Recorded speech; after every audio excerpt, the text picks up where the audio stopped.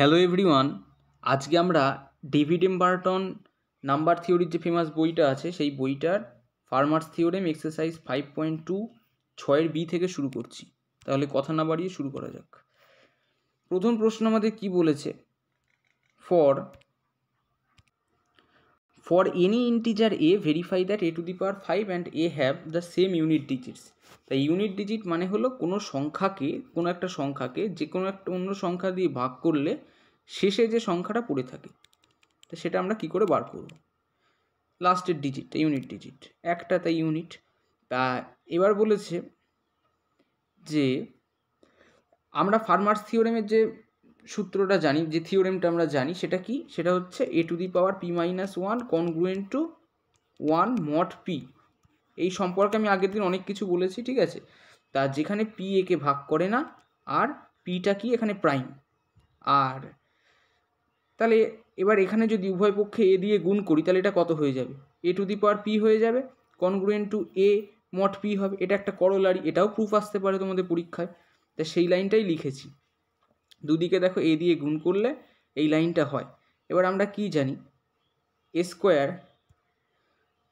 A square congruent to a mod 2 জানি। 5-এর ক্ষেত্রেও যেমন সত্যি, 2-এর ক্ষেত্রেও সত্যি, 2 তো একটা প্রাইম, অবশ্যই সত্যি। তাহলে এবার এ টু দি পাওয়ার যদি 4 করি, দুদিকে স্কোয়ার করলে এটা কনগ্রুয়েন্সের নিয়ম, তাহলে এই দিকেও স্কোয়ার হবে, এই দিকে টু দি পাওয়ার 4 হয়ে যাবে। তাহলে এ স্কোয়ার মড 2, এই কথাটা আমি এখানে লিখিনি, এইভাবেও তোমরা লিখতে পারো, বা এখানে চাইলে এ স্কোয়ার মড 2 লিখে তারপরে আবার এই লাইনটা লিখতে পারো।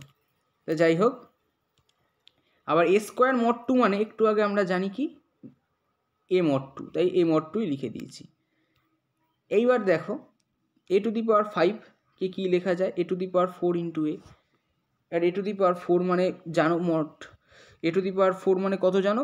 সেটা হচ্ছে এ মড 2। তা এ টু দি পাওয়ার 4 ইন্টু এ, এটাকে লিখেছি এ গুণে এ স্কোয়ার হয়ে গেল। এ স্কোয়ার মানেও এ মড 2, বোঝা গেল? এইবার তাহলে দেখো একই লাইন বারবার লিখছি। তা সুতরাং 5 divides a to the power 5 minus a, আর 2 ডিভাইডস এইটা, তাহলে 10ও ভাগ করে। কোনো একটা সংখ্যাকে ধরো 50কে যদি 5 ভাগ করতে পারে, আর 5ও ভাগ করে, আবার 2ও করে, তাই না? তাহলে 10ও 50কে ভাগ করে, সেটাই। এবার a to the power 5 congruent to a mod 10, এটা আমরা পেয়ে গেলাম, পরিষ্কারভাবে পেয়ে গেলাম। আর যে লেট এই 8টা 0 থেকে 10-এর মধ্যে আছে। তাহলে কি হবে? দুদিকে যদি বিয়োগ করে দিই তাহলে এ মাইনাস আর a to the power 5 congruent to a minus আর মড 10, দুদিকে বিয়োগ করা যাবে। কনগ্রুয়েন্সের এগুলো ধর্ম, এটার একটা ভিডিও আমি বানিয়েছিলাম, প্রচুর প্রপার্টিসগুলো সব এক জায়গায় করে একটা ভিডিও বানিয়েছিলাম, প্রথম কনগ্রুয়েন্সের ভিডিওটা, ওটা দেখে নিও তোমরা। তাহলে এ টু দি পাওয়ার 5 মাইনাস আর, এটা 0 হয়ে যাচ্ছে। তাহলে দুদিকে মাইনাস আর করে দিচ্ছি, ঠিক আছে। তাই এইভাবে এইভাবেও করতে পারো, বা আর একভাবে করা যায়, সেটা হচ্ছে এত অবধি এরকম করার পর এরপর লেখা যায় যে we know that a congruent to b mod n if a and b have the same remainder when divided by n. মানে a congruent to b mod n, এটা তখন হয় যদি এ আর বির সেম রিমাইন্ডার থাকে এন দিয়ে ভাগ করার পর, তখনই তো লেখা যায়। যেমন 12 কনগ্রুয়েন্ট টু ধরো 3 মড 9, এক্ষেত্রে এটা হবে, হ্যাঁ, যে এবার এটা তো হচ্ছে, এটা তো ট্রু। তা 12কে 9 দিয়ে ভাগ করলে কত আমাদের রিমাইন্ডার থাকে? 3, আর 3কে তো ভাগ করাই জানে 3ই রিমাইন্ডার, তা 2 ক্ষেত্রে 3 রিমাইন্ডার। তা আমরা এটা জানি যে a congruent to b mod n তখনই হয় যখন এ আর বিকে এন দিয়ে ভাগ করলে সেম রিমাইন্ডার থাকে। তাহলে এ টু দি পাওয়ার 5, আর এখানে কত ছিল? এ টু দি পাওয়ার 5 আর এরাও সেম রিমাইন্ডার থাকবে 10 দিয়ে ভাগ করলে, হ্যাঁ কি না? অবশ্যই হ্যাঁ। Thus the unit digit of a to the power 5 and a are same। তাহলে এদের যে ইউনিট ডিজিট হবে বা এন্ড ডিজিটটা হবে, তাহলে সেটা সেম হবে। Hence a to the power 5 and a end in same digit। এটাও লিখতে পারো, যেটা বললাম সেটা খাতায় লিখে নাও গুছিয়ে, ঠিক আছে, যদি এইটুখানি না লিখতে চাও তো, ঠিক আছে। এবার পরের অঙ্কটা যাই। এটা খুব সহজ একটা অঙ্ক। কি বলেছে? যে 7 একে ভাগ করে না, আর 7 a কিউব প্লাস 1কে ভাগ করে, এটা প্রমাণ করতে হবে, অথবা এইটাকে ভাগ করে। তা আমরা জানি ফার্মার্স থিওরেম অনুযায়ী এই লাইনটা লেখা যায়, বারবার বলছি একই জিনিস। তা এখন 7 তার মানে a⁻6 - 1কে ভাগ করে, এটা কনগ্রুয়েন্সের ধর্ম। কিন্তু a⁻6 - 1কে কী লেখা যায়? এইটাকে কি লিখতে পারো? a কিউব, মানে এটা হচ্ছে a কিউবের স্কোয়ার, আর a কিউবের স্কোয়ার মাইনাস 1-এর কিউবের স্কোয়ার, পাতি জিনিস। তাহলে a প্লাস বি, মানে a স্কোয়ার মাইনাস বি স্কোয়ারের সূত্র, সেইটাই তুমি এখানে অ্যাপ্লাই করেছো। এবার ধরে নিচ্ছি যে 7 প্রথমটাকে ভাগ করে না। 7 ধরো, মানে এটা আমাদের যে কোনো একটা থিওরি, যে 4 ধরো 12কে ভাগ করা। তা 4 দিয়ে 12কে ভাগ করাটা কি করে হয়? 12কে আমরা যদি প্রাইম ভাঙিয়ে যদি লিখি, তাহলে কত হয়? 4 গুণ 3।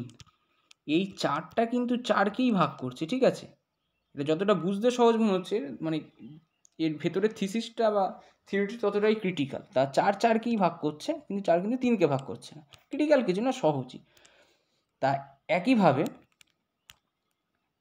এইখানেও 7 এইটাকে ভাগ করছে, ধরে নিচ্ছি 7 এটাকে ভাগ করছে, তাহলে 7 যাকে ভাগ করছে a কিউব মাইনাস 1 না, হ্যাঁ, এবার বিষয়টা কি বলছে, যে ধরে নিলাম 7 প্রথমটাকে ভাগ করছে না।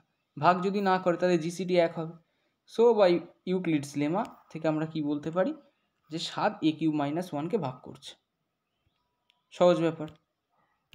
আমাদের ইউক্লিডের লেমাটা কি ছিল, যে ইফ এ বিসিকে ভাগ করে, এ আর বি এ যদি জিসিডি 1 হয়, তাহলে এ সিকেও ভাগ করবে। সেই লেমা অনুযায়ী লিখতে পারছি, খুব সহজ অঙ্ক। এই অঙ্কটা প্রচণ্ড ইম্পর্টেন্ট, যতগুলো স্টার দিতে চাও দিয়ে দাও। তা একটা 2 নম্বরের অঙ্ক, সেটা কি 1835 to the power 1910 plus 1986 to the power 2061, এটা কনগ্রুয়েন্ট টু 0 mod 7 হবে কি না।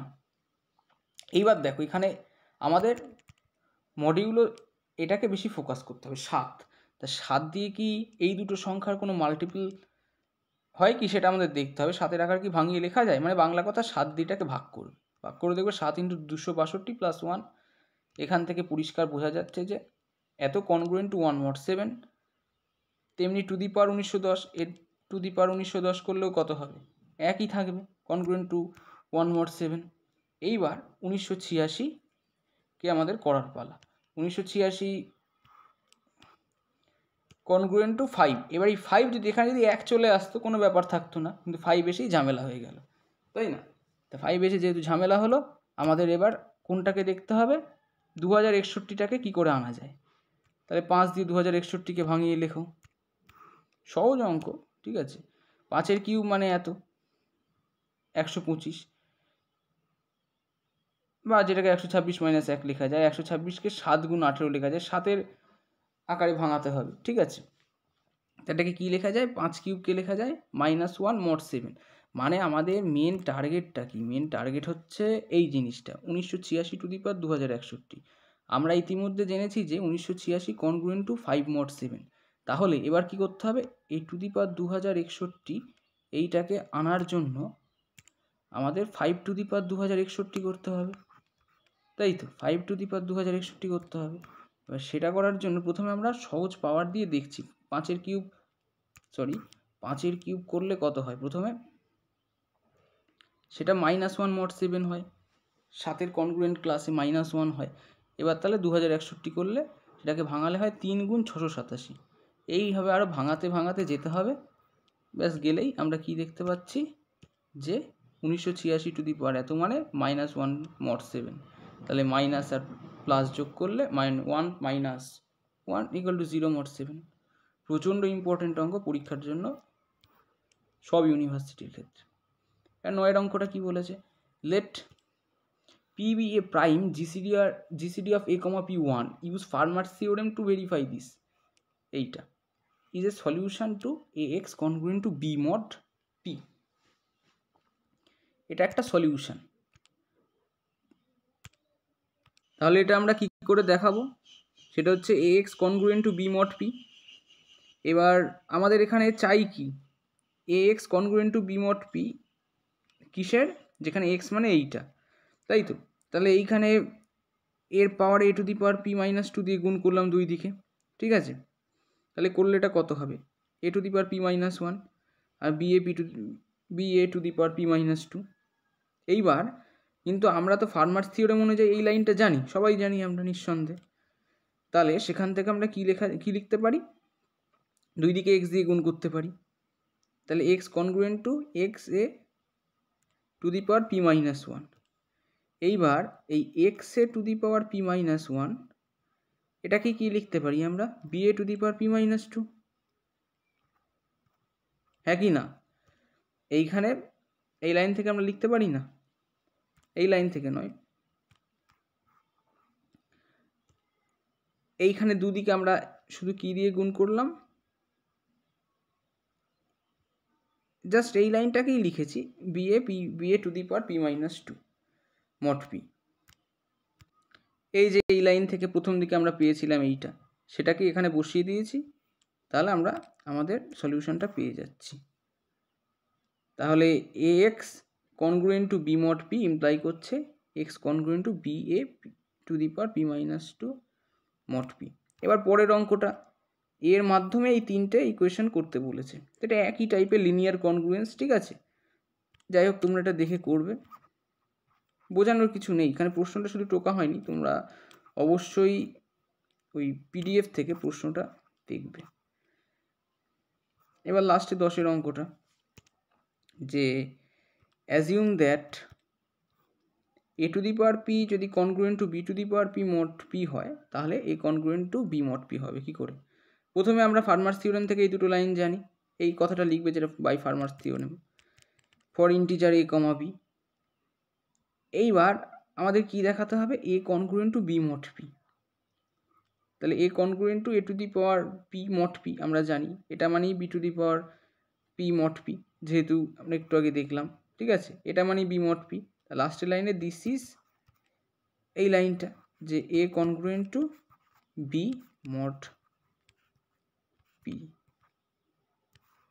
বি মট পি, ঠিক আছে? বুঝলে ব্যাপারটা? পরের অঙ্কটাও একই টাইপের, শুধু এটার উল্টোটা অঙ্কটা, না উল্টো না, বলেছে যে if a to the power p congruent to b to the power p mod p হয়, তাহলে পি স্কোয়ারকেও ভাগ করবে। এটা এ টু দি পাওয়ার পির সাথে যদি b to the power p বিয়োগ করি, তাহলে পি স্কোয়ার সেটাকে ভাগ করবে। এবার একে ধরে নাও something b plus p k, for some k. এবার দুজনকে বিয়োগ করলে কত হচ্ছে? এইরকম হচ্ছে। এটা হচ্ছে পি সি আই, মানে হ্যাঁ,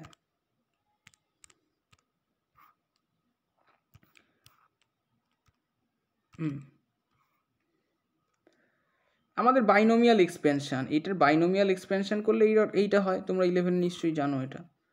তা যাই হোক, এইভাবে করেছি। Clearly when i equal to 2, দেখো এই ইকুয়েশনটা দেখো, যখন i equal to 2 each term is divisible by p square, p square দিয়ে ভাগ যাবে, কারণ পি কে to the power i has at least p square in the term. এবার যদি আই ইকুয়াল টু 1 হয়ে যায়, তাহলে এইরকম হয়ে যাচ্ছে। So this is also divisible by p square, তাই এটা ডিভিজিবল বাই পি স্কোয়ার। তাহলে আজকে আমাদের ভিডিও এই পর্যন্ত থাকলো। পরের ভিডিওতে আমরা উইলসন থিওরেম সংক্রান্ত যে এক্সারসাইজটা আছে 5.3 সেইটা আলোচনা করব। Thanks for watching.